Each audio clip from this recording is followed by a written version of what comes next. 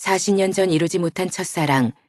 그때 그는 제 전부였고 그의 손을 놓쳤던 순간은 제 인생에서 아픔이었습니다. 그리고 시간이 흘러 남편과 사별한 뒤 그가 다시 제 앞에 나타났습니다. 유진아, 이번엔 네 손을 절대 놓지 않을게. 그의 떨리는 목소리에 마음 깊은 곳에 묻어둔 감정이 다시 피어올랐습니다. 저는 모든 것을 걸기로 결심했습니다. 하지만 그 선택이 제 삶을 완전히 바꿔놓을 줄은 꿈에도 몰랐습니다. 여러분, 혹시 주변에서 이런 이야기를 들어보신 적이 있나요? 우연처럼 찾아온 옛사람과의 재회, 설렘으로 시작된 재혼이 뜻밖의 시련으로 변한 이야기들 말입니다. 30년간 함께한 남편을 먼저 떠나보내고 긴 정맥 속에서 홀로 지내던 정유진님. 어느 날 동창회에서 까맣게 잊은 줄 알았던 첫사랑을 다시 만났습니다. 첫사랑의 기억은 봄날의 꽃처럼 그녀 마음속에서 다시 피어났습니다. 그러나 그 아름다운 재회 뒤편에 누구도 예상하지 못한 비밀이 숨겨져 있었습니다. 그때 단 한 번이라도 의심했다면, 제가 조금 더 신중했더라면 첫사랑이라는 이름에 흔들린 이성을 붙잡을 수 있었을까요? 재혼을 고민 중이신 분들이라면 이 이야기를 끝까지 들어보시기 바랍니다. 사랑의 설렘 앞서 알아야 할 중요한 진실들이 있습니다. 그 진실을 지금부터 함께 살펴보겠습니다. 먼저 경제적 문제와 재산 관리의 함정입니다. 재혼을 앞둔 그날, 정유진 씨의 마음은 설렘으로 가득했습니다. 동창회에서 우연히 재회한 첫사랑 박현수는 여전히 다정했고 그의 따뜻한 눈빛은 마치 시간마저 거스를 듯했습니다. 유진아, 기억나? 우리가 교복 입고 같이 걸었던 그 벚꽃길. 세월이 흘렀지만 그때 모습이 아직도 선명해. 이번엔 꼭 다시 그 길을 같이 걷자. 현수의 말에는 설렘과 떨림이 가득했습니다. 첫사랑의 감동과 40년의 세월이 준 신뢰, 유진 씨는 망설임 없이 재혼을 결심했습니다. 그러나 그녀는 이 결정이 가져올 파장을 예상하지 못했습니다. 결혼식을 2달 앞두고 현수는 조심스럽게 말을 꺼냈습니다. 사업 자금이 조금 필요한데, 유진아, 네가 좀 도와주면 안 될까? 결혼하면 우리 둘 모두의 것이 될 텐데. 2천만 원이라는 금액은 결코 적지 않았지만 곧 가족이 될 사람의 부탁을 외면하기는 어려웠습니다. 구체적인 사업 계획서까지 보여주며 신뢰를 심어주었죠. 2달만 기다려줘. 계약금만 받으면 바로 갚을게. 그러나 이것은 시작에 불과했습니다. 결혼 후 현수의 숨겨진 빚이 하나둘 드러나기 시작했습니다. 카드 빚, 사채, 회사 빚까지. 유진 씨는 자신의 연금과 저축을 동원해 그의 빚을 갚아야 했습니다. 현수는 이번이 마지막이야. 꼭 갚을게라는 말을 반복하며 유진 씨를 안심시켰지만 결국 그녀는 노후를 대비해 준비했던 적금과 보험마저 해약하게 되었습니다. 이런 상황에서도 현수는 여전히 다정한 태도를 보였습니다. 오히려 지나치게 자연스럽게 유진 씨의 통장을 관리하겠다고 나섰습니다. 돈 걱정하지 마. 내가 알아서 할게. 처음에는 믿음직스럽게 느껴졌지만 시간이 지날수록 유진 씨는 자신의 재산에 대한 통제권을 잃어가고 있음을 깨달았습니다. 더 큰 문제는 자녀들과의 관계였습니다. 엄마, 왜 그 사람 빚을 갚아 노자금을 다 써버리는 거예요? 이러다 엄마는 어떻게 해요? 자녀들의 걱정 어린 말에 유진 씨는 아무런 대답도 할 수 없었습니다. 여러분, 재혼을 고민 중이라면 다음 3가지는 꼭 확인해야 합니다. 첫째, 상대방의 정확한 재정 상태를 파악하세요. 서류나 겉으로 드러나는 정보만 믿지 말고 실제 부채와 자산 현황을 명확히 확인해야 합니다. 둘째, 재혼 전 재산관리 약정서를 작성하세요. 사랑은 감정이지만 재산은 실질적인 문제입니다. 서로의 재산을 어떻게 관리할지 미리 명확히 정리해 두는 것이 중요합니다. 셋째, 자녀들과 충분히 상의하세요. 재산 문제는 2사람만의 문제가 아닙니다. 자녀들의 이해와 동의를 구하는 과정이 반드시 필요합니다.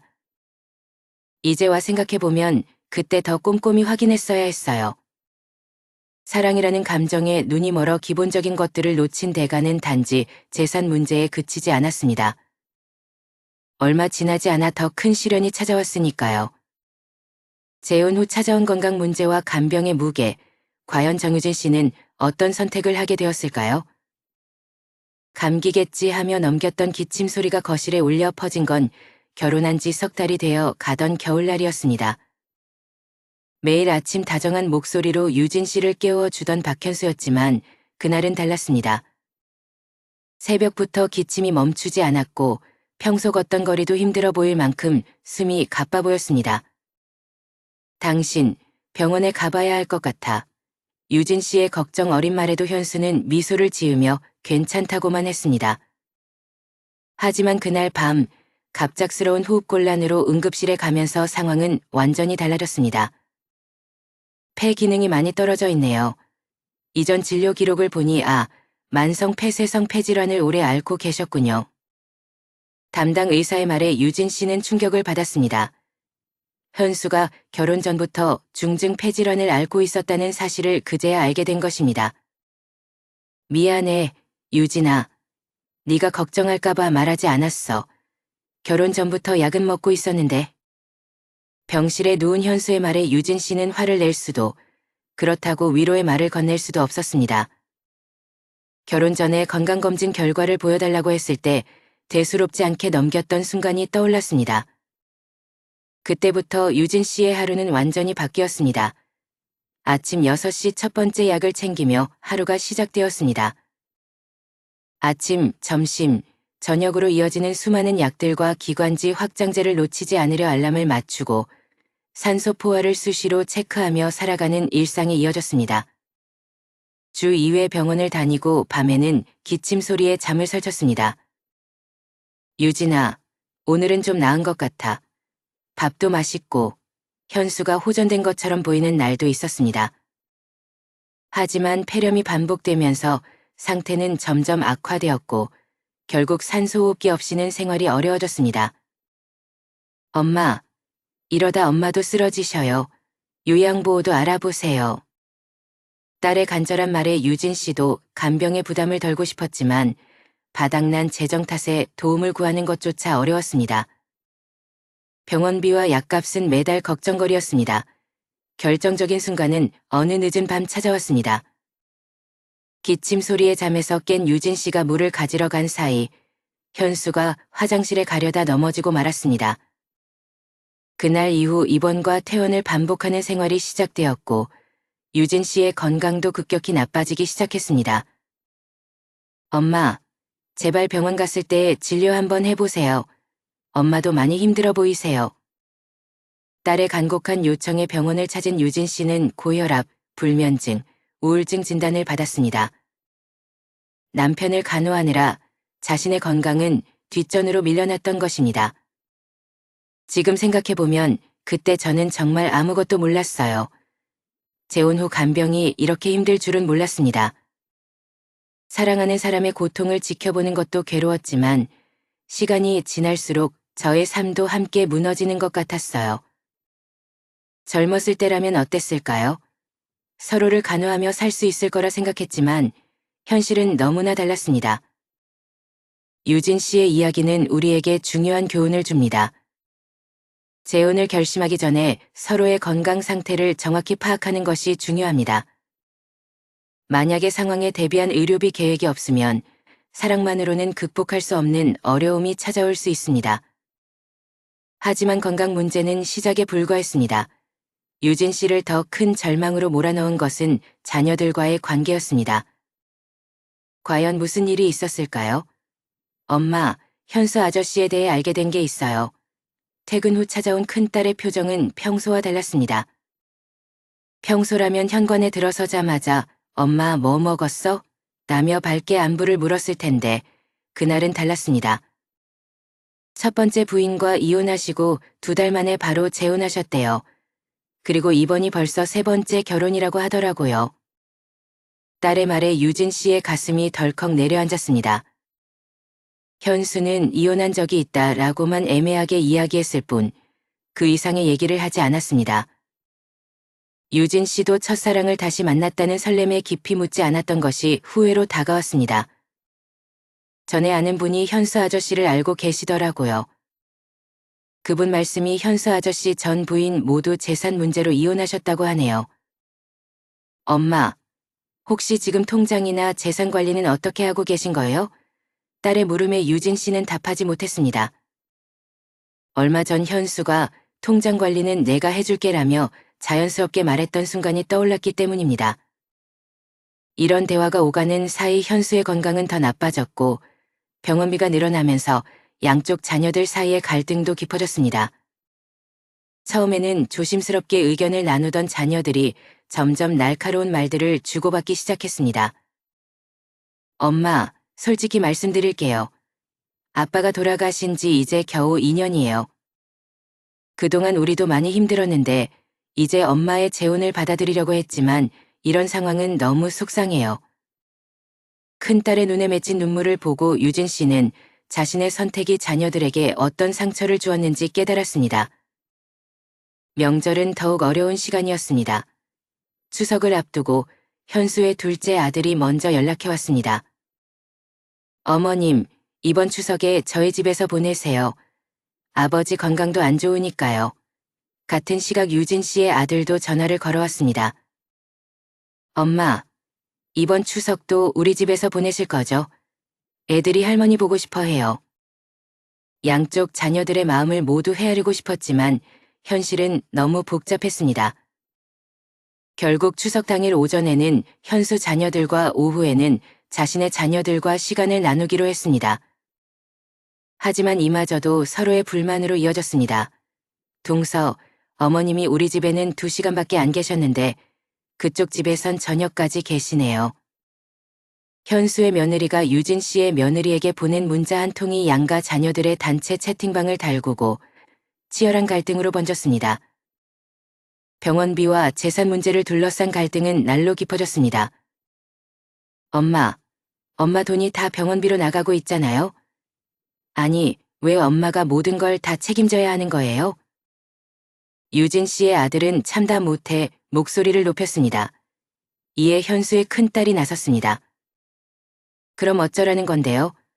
아버지 치료를 포기하라는 거예요. 그런 말은 쉽게 할 수 있겠지만 우리 입장에서 그럴 순 없잖아요. 아니 그러면 니들 돈으로 하란 말이에요. 왜 우리 엄마 돈까지 축내면서 모든 걸 다 떠넘기려고 해요? 유진 씨의 아들은 분노를 감추지 못했습니다. 현수의 큰아들은 더 강하게 반발했습니다. 아니, 우리 아버지가 아프신 게 죄라도 되나요? 재혼했으면 이제는 한 가족 아닌가요? 어머님도 아버지를 위해 희생해야 하는 거 아니에요? 갈등은 점점 더 날카로워졌습니다. 유진 씨는 아무 말도 할 수 없었습니다. 그저 아들과 현수 자녀들 사이에서 어찌할 바를 몰라 고개를 떨군 채 숨죽이고 있을 뿐이었습니다. 엄마가 이런 상황을 계속 두고 보실 거예요? 이러다 엄마는 아무것도 남지 않게 된다고요. 아들의 절박한 목소리가 유진 씨의 가슴을 파고들었습니다. 가장 마음이 아팠던 건 손주들과의 관계였습니다. 할머니, 왜 이제 우리 집에 안 와요? 전에는 매주 오셨잖아요. 어린 손주의 순수한 물음에 유진 씨는 무엇이라 대답해야 할지 몰랐습니다. 할머니가 바빠서 그래, 미안해. 바쁘다 건 이제 내 할머니가 아니고 다른 할머니가 되신다는 거예요? 손주의 물음에 유진 씨는 아무 말도 할 수 없었습니다. 재혼이라는 선택이 이렇게 많은 것을 바꾸어 놓을 줄은 몰랐습니다. 지금 생각해보면 재혼은 단순히 두 사람의 사랑만의 문제가 아니었어요. 자녀들의 마음, 손주들과의 관계, 새로 생긴 가족들과의 갈등. 이 모든 것이 얽히고 얽혀 있다는 걸 그때는 미처 몰랐죠. 유진 씨의 한숨 속에는 깊은 후회가 담겨 있었습니다. 하지만 이것은 시작에 불과했습니다. 재혼 생활에서 가장 견디기 힘들었던 것은 따로 있었습니다. 바로 날로 깊어지는 정서적 외로움이었습니다. 퇴원 후 집으로 돌아온 현수는 여전히 안정을 취해야 했습니다. 옆자리에서 잠든 현수의 규칙적인 숨소리가 들리는데도 이상하게 마음 한구석이 텅 비어 있다는 것을 느꼈습니다. 함께 있는데도 이렇게 외로운 건 참 이상하죠. 처음에는 모든 것이 완벽했습니다. 아침이면 따뜻한 커피 한 잔을 나누며 이야기를 나누고 저녁이면 드라마를 보며 웃음꽃을 피웠습니다. 현수는 유진 씨의 작은 이야기에도 귀를 기울였습니다. 유진 씨는 오랜만에 찾아온 설렘에 가슴이 뛰었습니다. 현수야, 기억나? 우리 교복 입고 봄날 교정에서 찍은 사진. 그럼 당연하지. 유진이 내가 분홍색 스웨터 입고 찍은 거 말이지? 어머, 그걸 아직도 기억하고 있었네. 추억을 공유할 수 있는 사람이 있다는 것은 정말 큰 행복이었습니다. 그 순간만큼은 재혼이 옳은 선택이라 확신했습니다. 하지만 시간이 흐르며 대화는 점점 달라졌습니다. 현수야, 우리 학창 시절 말이야. 아, 그런 옛날 얘기는 이제 그만하자. 피곤해서 좀 쉬고 싶어. 특히 주말은 더 힘든 시간이 되었습니다. 15년 동안 이어온 독서 모임은 유진 씨의 삶의 낙이었습니다. 매주 토요일이면 친구들과 모여 책을 읽고 감상을 나누며 삶의 지혜를 얻는 시간이 그녀에게는 소중했죠. 이번 주 토요일에 독서 모임이 있었어. 또 나가? 나는 여기서 혼자 있으라고? 같이 가보는 건 어때? 저번에 좋았지 않아? 회원들도 당신 한번 오라고 하던데. 됐어. 난 그런데 가면 어색해서 싫어. 결국 유진 씨는 독서 모임을 그만두게 되었습니다. 20년 동안 이어온 아침 산책도 마찬가지였습니다. 매일 아파트 앞 공원에서 친구들과 걷던 시간은 하루를 시작하는 활력소였는데 이제는 그마저도 포기해야 했습니다. 아침부터 어딜 나가? 이제 우리 나이엔 집에 있는 게 제일이지. 새벽에 사고라도 나면 어쩌려고 그래? 혼자가 아니고 친구들이랑 같이 다니는데 뭐가 문제야? 나이든 아줌마들끼리 다닌다고 뭐가 달라? 나도 여기 혼자 있는데 당신만 돌아다니면 내 마음은 어떻겠어? 이렇게 하나둘씩 유진 씨의 일상은 변해갔습니다. 가장 서러웠던 순간은 어느 화요일 저녁이었습니다. 저녁 식사 후 유진 씨는 여느 때처럼 혼자 설거지를 하고 있었습니다. 현수는 소파에 앉아 TV를 보다가 슬쩍 한마디를 던졌습니다. 근데 말이야, 오늘 반찬은 왜 이렇게 했어? 당신 요리하면서 간을 안 봐? 좀 조절했으면 좋았을 텐데.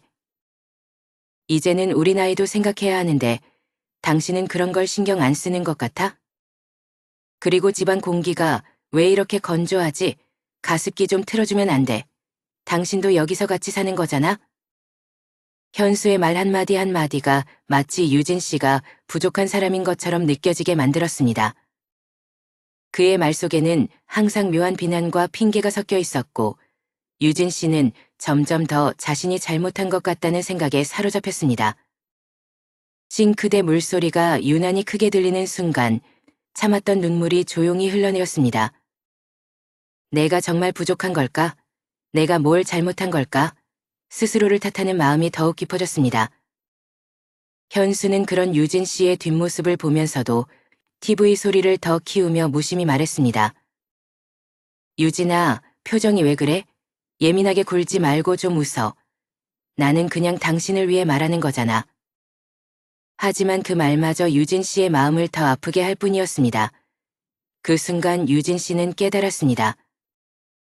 외로움을 달래기 위해 선택한 체온이었지만 오히려 더 깊은 외로움 속으로 빠져들고 있다는 것을. 누군가와 함께 있어도 마음이 통하지 않으면 그것이야말로 진정한 외로움이라는 것을. 사실 저는 그저 제 이야기를 들어줄 사람이 필요했던 것 같아요. 일상의 작은 기쁨도 가끔 찾아오는 서러움도 함께 나눌 수 있는 그런 동반자가 필요했죠. 하지만 현수는 달랐어요. 그저 곁에 있어 주기만을 바랐던 거죠. 대화도 교감도 없이 그저 곁에만 있어 주길 바라는 사람을.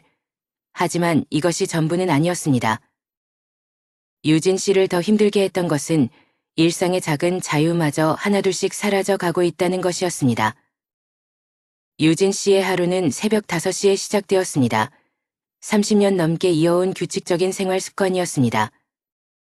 조용한 새벽에 혼자만의 시간을 보내는 것이 그녀의 작은 행복이었죠. 차 한 잔을 마시며 창밖을 바라보고 잔잔한 클래식 음악을 들으며 하루를 준비하는 시간. 그 고요한 순간만큼은 온전히 자신만의 것이었습니다. 하지만 재혼 후 이 소소한 행복은 불편한 긴장감으로 변하기 시작했습니다. 발소리를 죽이며 부엌으로 향했던 어느 날 아침, 현수의 날카로운 목소리가 그녀를 멈춰 세웠습니다. 유진아, 아침에 그렇게 부산스럽게 움직이면 잠을 못 자. 너 왜 이렇게 새벽부터 돌아다니는 거야? 그날 이후로 유진 씨의 아침은 더 조심스러워졌습니다. 물 끓는 소리, 찻잔 부딪히는 소리조차 죄인처럼 숨기려 애써야 했습니다. 시간이 흐르며 생활 공간도 달라졌습니다. 깔끔하게 정돈되던 거실은 이제 현수의 흔적으로 가득 찼습니다. 소파에 널브러진 신문과 옷, TV 옆 탁자에 쌓여가는 빈 컵. 처음에는 이해하려 했습니다. 서로 다른 환경에서 살아온 만큼 생활 습관이 다를 수 있다고 여겼습니다. 현수야, 이렇게 정리해두면 찾기도 쉽고 좋잖아. 아, 답답해. 내가 쓰는 물건을 왜 자꾸 치우냐? 너 방식대로만 하려 하지 말고 나도 좀 배려해줘. 가장 힘들었던 건 식사 시간이었습니다. 규칙적으로 생활해온 유진 씨에게 밤 10시의 식사는 위장이 받아들이기 어려운 일이었습니다. 억지로 먹은 늦은 저녁은 결국 속을 쓰리게 했고 병원을 찾아야 하는 날이 점점 찾아졌습니다. 어쩌면 서로가 너무 다른 세계에서 살아온 걸지도 모릅니다. 유진 씨의 절제된 생활은 현수에게 답답함으로 느껴졌을 것이고 현수의 자유로운 생활 방식은 유진 씨에게 혼란 그 자체였을 테니까요. 한밤중 속이 쓰려 잠에서 깬 유진 씨는 물을 마시기 위해 부엌으로 향했습니다. 유진아, 괜찮아. 내가 너무 늦게 밥 먹자고 해서 그런 거 아니야? 현수의 목소리에는 미안함이 담겨 있었습니다. 아니야. 그냥 속이 조금 쓰려서. 그래, 미안해. 내가 내 건강 생각도 못하고 너무 내 방식만 고집한 것 같아. 현수의 떨리는 목소리를 들으며 유진 씨는 오히려 마음이 더 아팠습니다. 서로를 위하는 마음은 분명했지만 평생 쌓아온 습관은 쉽게 바뀌지 않는다는 것을 유진 씨도 알고 있었으니까요. 서로를 이해하려 노력했던 순간도 있었습니다. 하지만 30년, 40년 동안 쌓아온 생활 습관을 바꾸는 것은 결코 쉬운 일이 아니었습니다. 계절이 바뀌면서 유진 씨의 생활은 점점 현수를 향해 기울어갔습니다. 새벽의 고요한 시간은 사라지고 규칙적인 식사 시간은 흐트러졌으며 깔끔했던 집안은 조금씩 어질러져 갔습니다. 문제는 이런 생활 습관의 차이가 단순히 불편함으로 끝나지 않았다는 것입니다. 서로의 다른 생활 방식을 조율하는 과정에서 유진 씨는 점점 더 큰 어려움에 직면하게 되었습니다. 유진 씨의 책장 한 편에는 10년 동안 독서 모임 친구들과 함께 만든 수필집이 고이 꽂혀 있었습니다. 매주 토요일이면 친구들과 책 이야기를 나누고 글을 쓰며 조용히 몰입하는 시간들. 그것은 단순한 취미가 아니라 유진 씨 삶의 중요한 일부였습니다. 이번 주 토요일에 글쓰기 특강이 있는데 나 좀 다녀오면 안 될까? 토요일이면 그 아들네 오기로 했잖아. 그런 건 다음에 또 하면 되지. 처음에는 다음에라는 말로 넘어갔습니다. 하지만 그 다음에는 끝내 오지 않았습니다. 책장 속 수필집은 점점 손길을 잃었고 유진 씨 마음 한편도 점차 텅 비어갔습니다. 매일 아침 공원에서 친구들과 걷던 산책도 점점 줄어들었습니다. 처음에는 격주로, 그러다 한 달에 한 번으로, 이제는 친구들의 연락도 나중에 시간 될 때 보자는 말만 반복하게 되었습니다. 재정 상황도 크게 달라졌습니다. 재혼 초기에는 각자의 통장을 따로 관리했지만 어느 순간부터 현수가 모든 재정을 맡겠다고 나섰습니다. 유진아, 너 이런 걸로 스트레스 받지 않았으면 해서 그래. 내가 다 알아서 할게. 겉으로는 배려처럼 보이는 말이었지만 결과적으로 유진 씨는 평생 아껴가며 모아온 재산에 대한 결정권을 잃어버렸습니다. 이제는 용돈을 타 쓰는 신세가 되어버린 것입니다. 마음 아팠던 건 손녀의 첫 학예의 날이었습니다. 할머니, 이날 꼭 오실 거죠? 저 주인공이에요. 그럼 우리 은지 연기하는 거 할머니가 꼭 가야지. 유진 씨의 말이 채 끝나기도 전에 현수의 목소리가 끼어들었습니다. 유진아, 내일 우리 미주 발표회 가기로 한 거 잊은 건 아니지? 작년에도 못 갔는데 올해 또 빠지면 미주가 얼마나 서운해하겠어? 미주가 작년에 얼마나 섭섭해했는지 할머니는 왜 자기 발표에 안 오냐고 하던데. 현수의 말투는 부드러웠지만 그 속에는 강한 압박감이 담겨 있었습니다. 결국 그날 소녀의 학기에는 가지 못했습니다. 전화기 넘어 들려오는 은지의 실망한 목소리에 유진 씨는 자신의 삶이 조금씩 사라져가는 걸 실감했습니다. 봄이 오면 늘 그랬듯 진달래를 보러 가고 싶었지만 이번에는 갈 수 없었습니다. 좋아하는 드라마가 하는 시간에도 현수가 보는 뉴스를 틀어야 했고 자주 가던 음식점도 더 이상 갈 수 없었습니다. 하나둘씩 유진 씨의 일상이 지워져 갔습니다. 문득 옷장 깊숙한 곳에서 오래된 일기장을 발견했습니다. 첫 장을 펼치자 2년 전 남편과 사별하고 처음 쓴 일기가 나왔습니다. 혼자여도 괜찮아. 이제는 내가 하고 싶은 것들을 하면서 살아야지. 그 말이 이제는 너무 아득하게 느껴졌습니다. 언제부터였을까? 자신의 의지로 무언가를 선택하고 결정하는 것이 이렇게 어려워진 이유는 나는 그저 외롭지 않은 삶을 원했을 뿐인데 이제는 내 삶 자체가 사라져버린 것만 같아. 하지만 이제 와서 돌이킬 수도 없었습니다. 현수의 건강은 점점 나빠지고 있었고 자녀들과의 관계도 이미 너무 멀어져 버렸으니까. 시간이 흐를수록 두 사람의 관계는 조금씩 멀어져 갔습니다. 현수의 건강 악화와 생활 습관의 차이는 두 사람을 점점 다른 길로 이끌었고 대화마저 끊기게 되었습니다. 결국 어느 날 유진 씨는 더 이상 서로를 억지로 붙들고 있을 필요가 없다는 결론에 도달했습니다. 이제 유진 씨는 다시 혼자입니다. 현수와 함께한 1년은 그녀의 인생에서 가장 긴 시간처럼 느껴졌지만 결국 모든 것을 내려놓는 선택을 했습니다. 그때 좀 더 신중했다면, 첫사랑이라는 설렘에 눈이 멀지 않았더라면, 하지만 후회만 하기에는 인생이 너무 소중했습니다. 유진 씨는 천천히 그러나 확실하게 자신의 일상을 되찾기 시작했습니다. 다시 독서 모임에 나가기 시작했고 아침 산책도 재개했습니다. 자녀들과의 관계도 조금씩 회복되어 갔습니다. 엄마, 이제는 좀 편안해 보이세요? 그래, 이제야 내가 나로 살아가는 것 같아. 재혼을 고민하고 계신 분들, 외로움이 찾아올 때 이 말을 기억하세요. 진정한 사랑은 서로의 삶을 존중하는 것에서 시작됩니다. 경제적 문제, 건강 상태, 생활 습관의 차이. 이 모든 것을 꼼꼼히 살피는 것도 중요하지만 무엇보다 중요한 것은 나의 삶, 나의 관계, 그리고 나의 행복을 지킬 수 있는지입니다. 혼자여도 괜찮습니다.